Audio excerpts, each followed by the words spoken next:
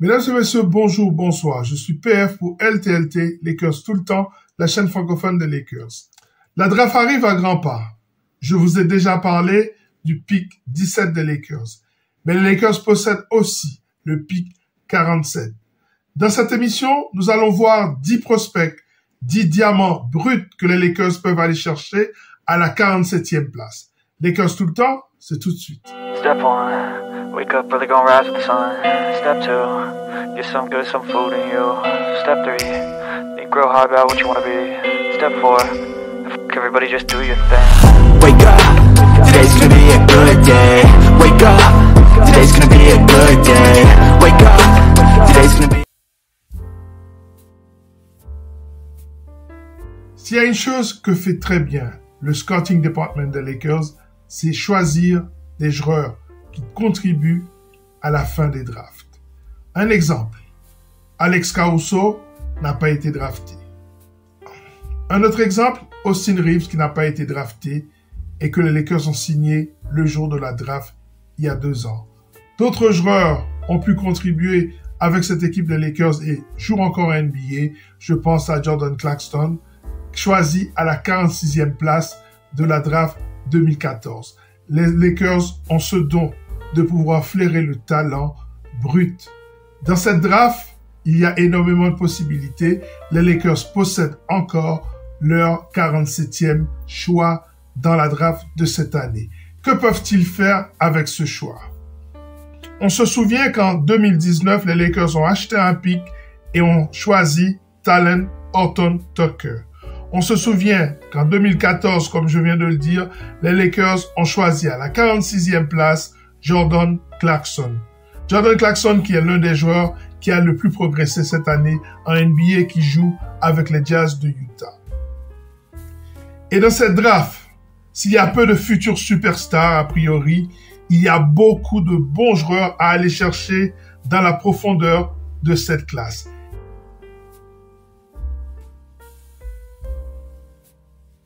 On part du principe que les Lakers ont déjà pris un meneur ou un pivot ou un ailier à la 17e place. Dès lors, la priorité peut être de choisir un poste 4 pour apporter de la profondeur sur le poste de LeBron ou encore apporter de la profondeur sur le poste 3. On sait que ce poste est vital en NBA. Ou alors, les Lakers peuvent décider, nous allons choisir the best player available. Ça veut dire que nous allons choisir le meilleur joueur qui est disponible au moment où nous devons choisir, c'est-à-dire à la 47e place. Voici 10 diamants bruts que peuvent aller chercher les Lakers dans cette draft.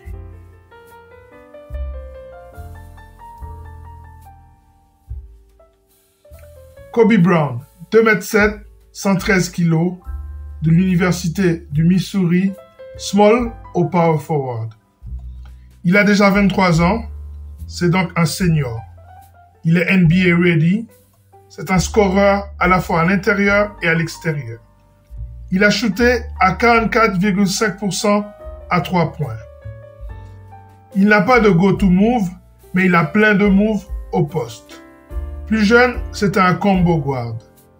Aujourd'hui, on peut le considérer dans la catégorie des point forward parce que c'est un très bon playmaker avec une très bonne vision du jeu. C'est un joueur particulièrement versatile qui est capable d'être bon en défense. C'est un profil très intéressant. Il porte le numéro 24 comme un certain Kobe Bryant. Lui, il s'appelle Kobe Brown. Et si je devais le comparer à quelqu'un, je ne le comparerais pas à Kobe Bryant, mais plutôt à Harrison Barnes, l'ailier de cette équipe de Sacramento Kings.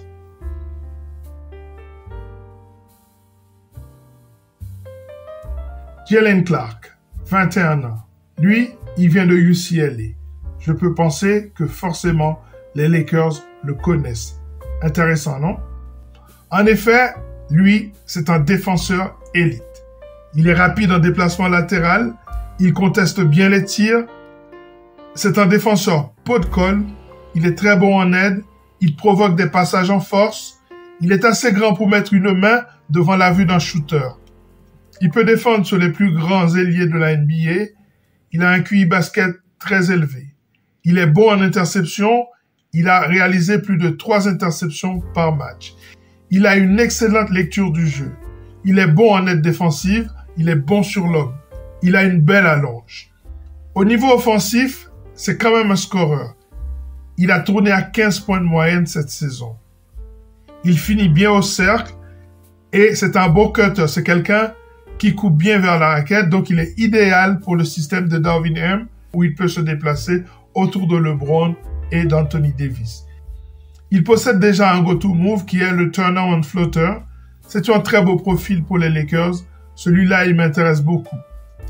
Si je devais le comparer à un joueur, ce serait Josh Richardson, ce joueur qui joue au Pélican de la Nouvelle-Orléans. Beau profil, mais il y a quand même un problème. Il a été victime d'une rupture du tendon d'Achille. La question qui se pose aujourd'hui, peut-il revenir à son meilleur niveau? S'il est à son meilleur niveau, normalement, il devait partir au premier tour. Mais il y a quand même une chance que sa situation de santé repousse certaines franchises de la NBA et qu'il soit disponible à la 47e place pour les Los Angeles Lakers. Si tel est le cas, je pense que les Lakers devraient absolument le choisir.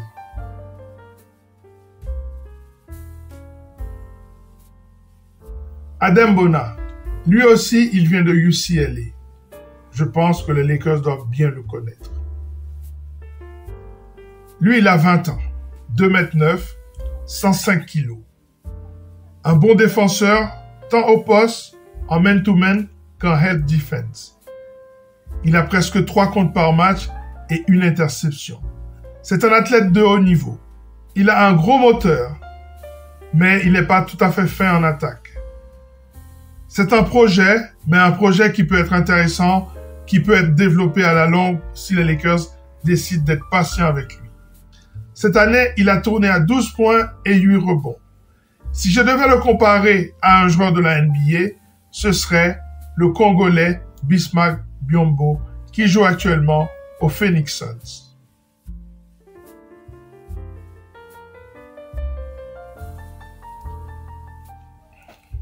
Mohamed Gueye, un ailier fort plein de finesse de 2,9 m qui vient de la faculté de Washington State. Il fait 95 kg et a une allonge de plus de 2,20 m. Il est très rapide, fluide et agile. Il est très talentueux en attaque. C'est un scoreur intérieur et extérieur. Il a tourné cette année à 14 points avec Washington State, à 49% au tir. Il a une très bonne mécanique de tir. C'est un rebondeur correct, 8 rebonds par match, et un passeur au poste, 2 passes décisives par match. C'est un peu un point forward qui peut monter la balle, qui peut aussi la distribuer. Si je devais le comparer à un joueur de la NBA, ce serait Lamar Odom à ses débuts. S'il est disponible à la 47e place, je pense que les Lakers auront un œil sur lui.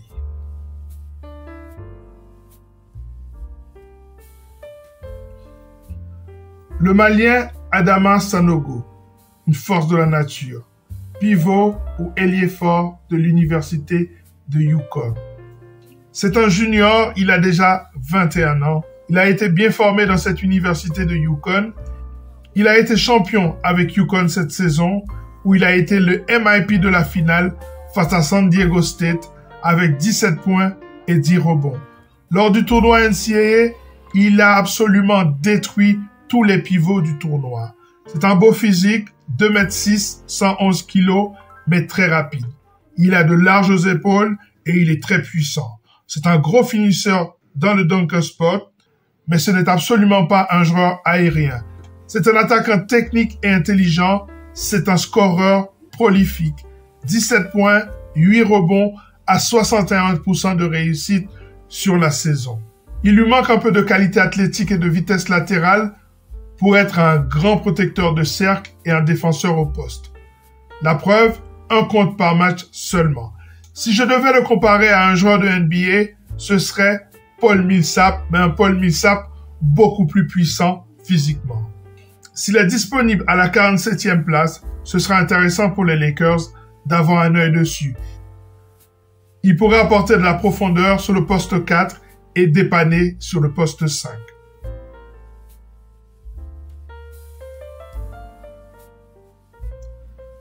Ojave King nous vient de la Nouvelle-Zélande. C'est un arrière d'1m96 qui est capable de scorer.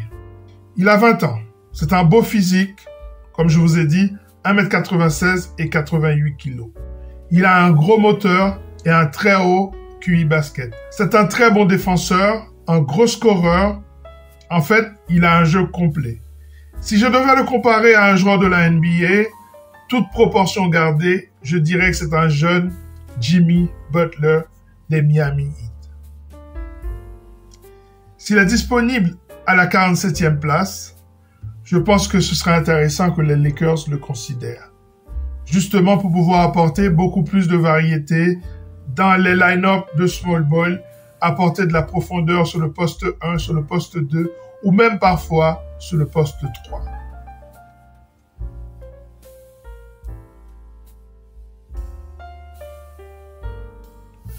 Judah Means, c'est un jeune meneur de 19 ans. Alors là, celui-là, il m'intéresse beaucoup.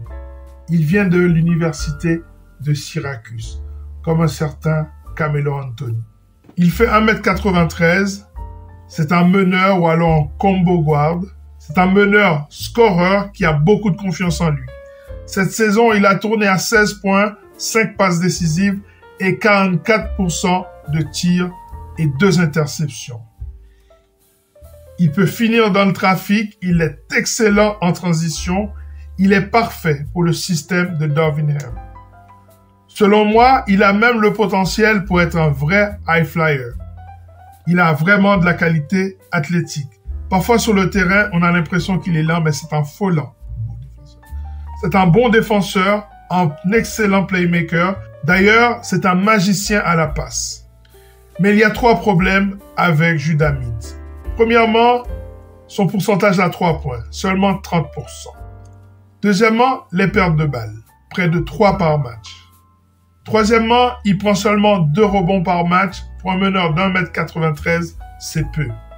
J'ai beaucoup réfléchi, mais il m'est difficile de trouver un joueur à qui le comparer.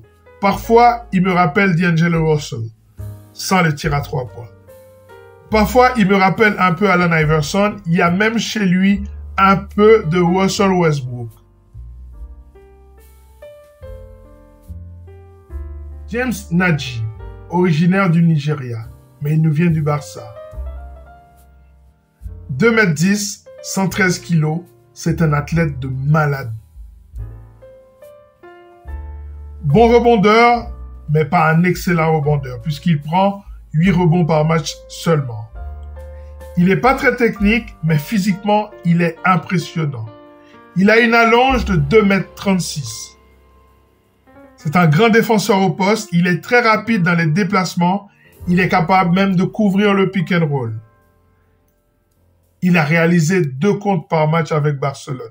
C'est donc un attaquant à polir, mais qui est quand même capable déjà de marquer aujourd'hui dans la NBA via des alley-oops, des rebonds offensifs ou tout simplement par sa force physique, sa présence dans la raquette et ses moves qui sont un peu sommaires mais qui peuvent être efficaces face à certains bigs de la NBA. Il a tourné à 15 points, 8 rebonds et 2 contres. Pour l'instant, les scouts l'annoncent à la fin du premier tour, au début du deuxième tour ou encore à la fin du deuxième tour. S'il est disponible à la 47e place, c'est tout à fait concevable de voir les Lakers miser sur lui et le développent pendant quelques années avant qu'il soit vraiment une force en NBA. Si je devais le comparer à un joueur NBA, je dirais que c'est un jeune Bam Adebayo, mais sans la vision du jeu.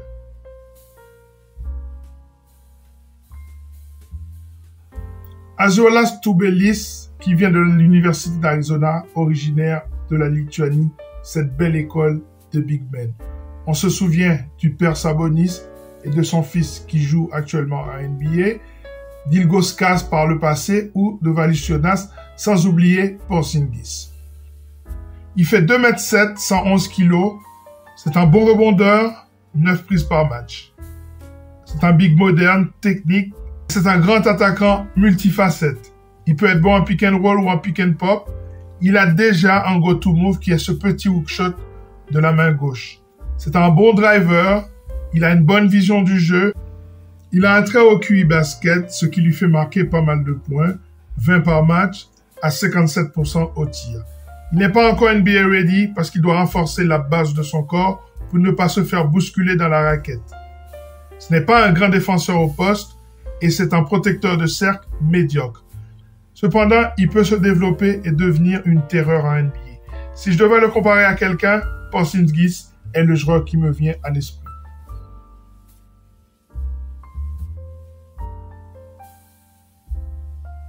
Le Congolais Oscar Tshiebwe, 2,5 m, un beau bébé. Il fait 118 kg, il vient de l'université de Kentucky comme AD. C'est un rebondeur hors pair, 14,6 par match. C'est un joueur qui fait peur à l'adversaire. C'est un joueur qui amène une pression physique sur l'adversaire. C'est un gros défenseur au poste, 1,1 compte par match et 1,7 interceptions. C'est un énorme moteur, 17,6 par match à 56% de réussite. Il a déjà quelques petits moves subtils au poste, par exemple le petit hook shot, le jeu dos à l'anneau. Il n'a pas encore de tir extérieur comme en tant que tel, mais je pense que c'est en bonne voie. Si je devais le comparer, ce sera Azubuike, l'ancien de Kansas, qui a été drafté par Utah il y a 2 ans.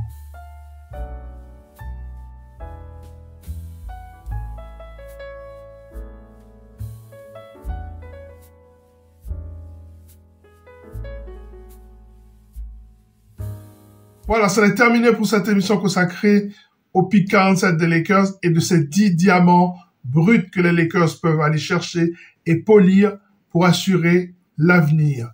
À très bientôt sur Lakers tout le temps, la chaîne francophone des Lakers, pour une nouvelle émission consacrée à cette franchise mythique. Ciao!